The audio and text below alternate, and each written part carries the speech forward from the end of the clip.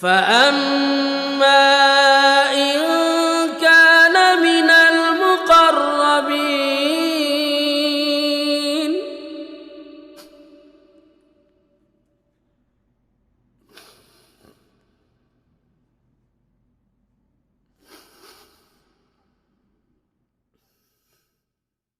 kita mengikuti jejak yang hak ini dimusuhi. Yang pertama kali tidak senang dengan dakwah ini siapa? Iblis, laknatullah alaih. Nggak senang iblis. Dengan dakwah tauhid nggak senang iblis. Dengan dakwah mengajak orang pada sunnah, iblis nggak senang. Kemudian setelah itu iblis dia nggak mau sendiri. Dia mesti membisikkan kepada siapa? Wali-walinya. Maka sering ada kan disebutkan wali-wali syaitan. Karena ada dua, Allah menyebutkan dalam Al-Quran, ada wali Allah, ada wali apa? Setan, wali setan.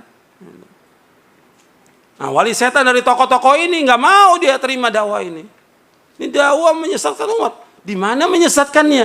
Orang kita ngajak kepada tauhid kok, melarang orang berbuat syirik. Makhluk ini, semua makhluk ini nggak punya apa-apa, nggak bisa memberikan manfaat, nggak bisa menolak bahaya seluruh makhluk. Siapapun dia orangnya, hatta Nabi Muhammad SAW. Tidak bisa memberikan manfaat, tidak bisa menolak bahaya, tidak bisa. Allah yang mengatakan dalam Al-Quran demikian. Yang bisa memberikan manfaat hanya satu, siapa? Hanya Allah.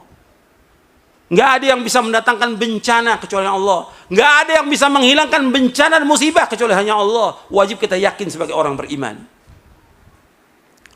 Makanya ketika kita mendakwakan dakwah ini dakwah yang benar, Shiratal Mustaqim. Dituduh apa? Dituduh keras. Di mananya yang keras? Di mana yang keras? Ayatnya, Quran ini keras? Atau nabinya SAW? Nabi Muhammad SAW. Nabi yang paling sayang. Justru Nabi terus yang malah menjelaskan kepada umat ini agar umat ini mentauhidkan Allah, menjauhkan syirik. Ini dakwah yang paling hak. Dakwah yang hak, dakwah yang benar. Dakwah yang lurus.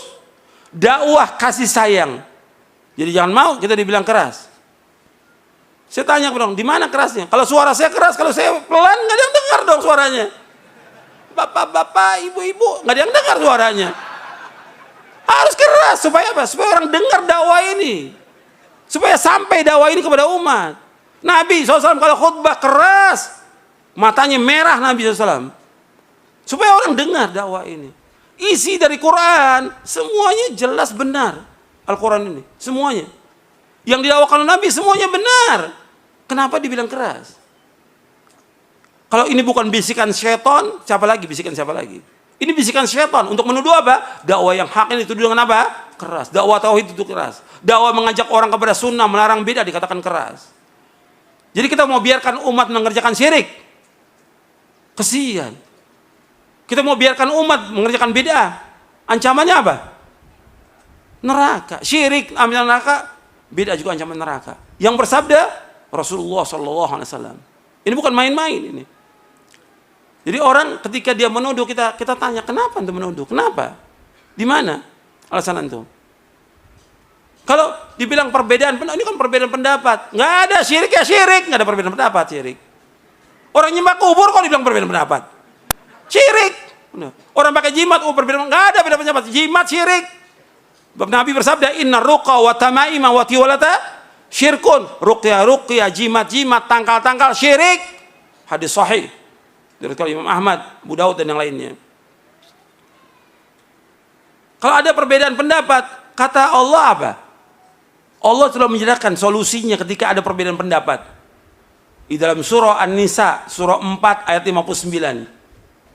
Allah berfirman, ya ayyuhalladzina amanu athi'ullaha wa athi'ur rasula wa ulil amri minkum fa in tanaza'tum fi syai'in farudduhu ila Allahi war rasul in kuntum tu'minu billahi wal yawmil akhir dzalika khairun wa ahsanu ta'wila.